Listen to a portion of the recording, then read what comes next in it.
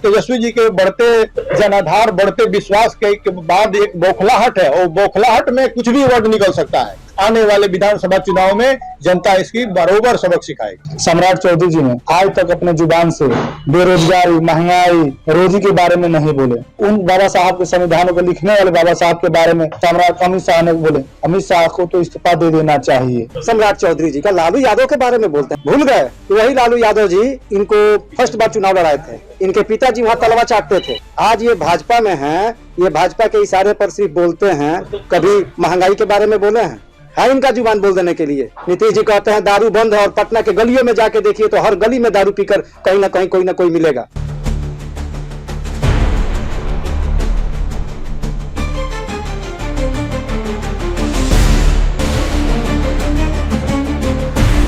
देश की राजनीति गरमाई हुई है और उसका केंद्र बना हुआ है बिहार। गृह मंत्री अमित शाह के बयान के बाद बिहार में राजद पार्टी के राष्ट्रीय अध्यक्ष और पूर्व मुख्यमंत्री लालू प्रसाद यादव ने अमित शाह के ऊपर निशाना साधा। उसके बाद बिहार के उप मुख्यमंत्री सम्राट चौधरी ने लालू यादव पर पलटवार करते हुए उन्हें चोर तक कह डाला। उसके बाद बिहार में राजद और भाजपा दोनों एक दूसरे पर हमलावर हो गए। सिवान में राजद के किसान प्रकोष्ठ के जिला अध्यक्ष आलोक कुमार ने सम्राट चौधरी के ऊपर जमकर निशाना साधा और कहा कि सम्राट चौधरी मुद्दे की बात नहीं करके उल्टा सीधा बात बोलने के लिए ही जाने जाते हैं। वहीं सिवान जिले के राजद के युवा अध्यक्ष अमित यादव ने भी सम्राट चौधरी पर जमकर निशाना साधा और कहा कि सम्राट चौधरी राजद के प्रोडक्ट है और उनके पिता शकुनी चौधरी लालू यादव के मौजूदगी में राजनीति शुरू किए और सम्राट चौधरी भी लालू यादव से ही राजनीति सीखकर आज उन्हीं के ऊपर अभद्र भाषा का इस्तेमाल कर रहे हैं। यह उनकी नीच सोच को दर्शाता है। आइए हम आपको लेकर चलते हैं सीधे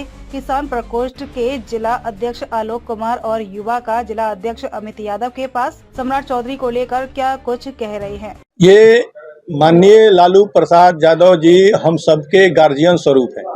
गार्जियन स्वरूप पे अगर कोई गलत ये वर्ड यूज करता है तो वो सरासर आपराधिक अपराध की श्रेणी में आएगा। वो कि जो एक गार्जियन के रूप में स्थापित हैं, इस देश राज्य के नहीं, इस देश के नहीं, जो विश्व के लेवल पे एक राष्ट्रीय नेता के रूप में स्थापित हैं, उनके ऊपर कोई अभद्र टिप्पणी करे तो वो ऐसे ही चीज है कि मुंह ऊपर उठा करके थूकिए, वो कहाँ गिरेगा वो।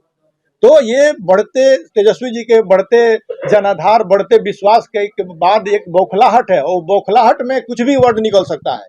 तो हम समझ सकते हैं कि उनकी बौखलाहट है, और बौखलाहट में कुछ भी वर्ड निकल सकता है। आने वाले विधानसभा चुनाव में जनता इसकी बरोबर सबक सिखाएगी।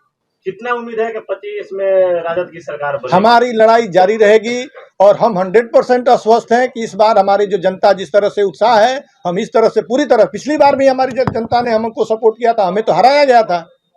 मात्र टोटल अगर वोट जोड़ दिया जाए, हारने का तो 12,000 वोट था, 12,000 वोट सरकार में बन पाई, उसको हराया गया था। और इस बार तो जनता जागरूक है। इस तरह के जो आत्मघाती जो लोगों के ऊपर ये नीति परोस रहे हैं माननीय मुख्यमंत्री जी, जो लोग सुसाइड के कगार पे पहुंच गए हैं। सबसे पहले आपको और आपके चैनल को मेरे तरफ से धन्यवाद देते हैं, और पूरे सिवान वासियों को, जिले वासियों को आने वाले न्यू ईयर्स के हार्दिक शुभकामनाएं एवं बधाई देते हैं।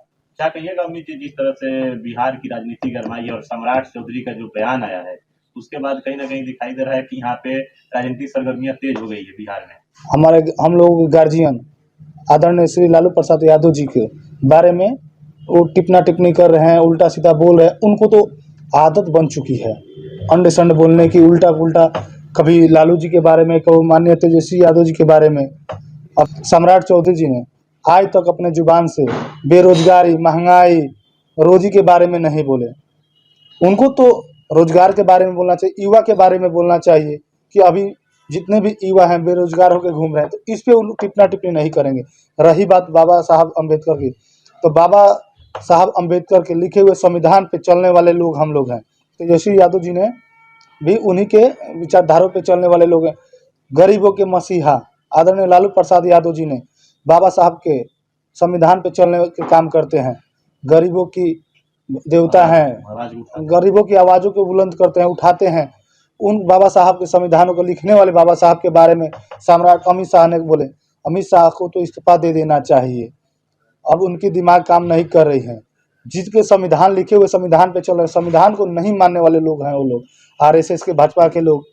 वो लोग नहीं मानते हैं। तो मैं यही कहूँगा कि उनको इस्तीफा दे देना चाहिए। और रही बात सम्राट चौधरी की, तो सम्राट चौधरी को उनको खुद पता होना चाहिए, तो राजद के प्रोडक्ट हैं। आज इतना बोल रहे हैं, उल्टा सीधा बौखला के बोल रहे हैं, वो लालू यादव के ही प्रोडक्ट हैं। रमेश जी, क्या लग रहा है कि इससे जो युवा हैं देश के, वो इसमें फंस जाएंगे या उनका मुद्दा अभी भी रोजगार ही रहेगा, रोजगार के मुद्दा पे ही वोट करेंगे युवा? देखिए, ये तो युवा अब रोजगार शिक्षा पे बात का वोट करेंगे, ना ही कि किसी को बहकाने वाले में काम करेंगे। जाति धर्म पे, बाबा साहब के लिखे हुए संविधान पे नहीं चलने वाले लोगों के साथ थोड़ी ना रहेंगे। अब जनता भी जान चुकी है, युवा भी जान चुका है कि जो लोग बाबा साहब के नाम पे वोट मांगा किया करते थे, वो आज बाबा साहब को गाली देने का काम कर रहे हैं। अमित शाह बोल रहे थे कि ये फैशन बन चुका है, ये बाबा साहब एक फैशन बन चुका है। बाबा साहब का नाम लेना एक फैशन बन चुका है। देवी देवता भगवान का नाम लेंगे तो स्वर्ग लोग जाएंगे। अरे स्वर्ग लोग देवी देवता और भगवान के नाम लेने से नहीं, अच्छे कर्म करने से जाएंगे। प्रखंड अध्यक्ष विनोद यादव जी हैं। विनोद जी, क्या कहिएगा जिस तरह से बिहार की राजनीति गरमाई है इसको लेकर? क्या कहें, सम्राट चौधरी जी जो हैं उनको तो खुद भाजपा वाले ही नहीं लेते हैं, उनका कोई वैल्यू ही नहीं है। जो उप मुख्यमंत्री हो और दो उप मुख्यमंत्री हैं और आपस में एक अपने एक कमरा मानिए उसको, चाहे जो भी कहिए, अपने आवास के लिए लड़ते हैं, ऑफिस के लिए लड़ते हैं। अभी आप अपने हाल में सुना होगा कि ऑफिस के लिए इन लोगों ने आपस में ही मारामारी कर लिया था। दो उप मुख्यमंत्री से क्या बिहार का मैसेज जा रहा है? उनको तो भाजपा ही नहीं वेटेड लेती है, तो हम लोग क्या लेंगे? और कुछ भी कह सकते हैं। उनको एक मानिए ना कि मानसिक संतुलन उनका बिगड़ चुका है। ठीक है, सम्राट चौधरी जी का, लालू यादव के बारे में बोलते हैं, लालू यादव जी के बारे में भूल गए कि वही लालू यादव जी जब इनको फर्स्ट बार चुनाव लड़ाए थे, इनके पिताजी वहां तलवा चाटते थे।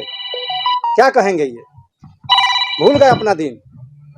आज ये भाजपा में हैं, ये भाजपा के इशारे पर सिर्फ बोलते हैं। कभी महंगाई के बारे में बोले हैं? है इनका जुबान बोल देने के लिए? क्या ये बैकवर्ड क्लास से नहीं आते हैं? कभी बैकवर्डों की आवाज उठाते हैं? शोषितों गरीबों की आवाज उठाते हैं?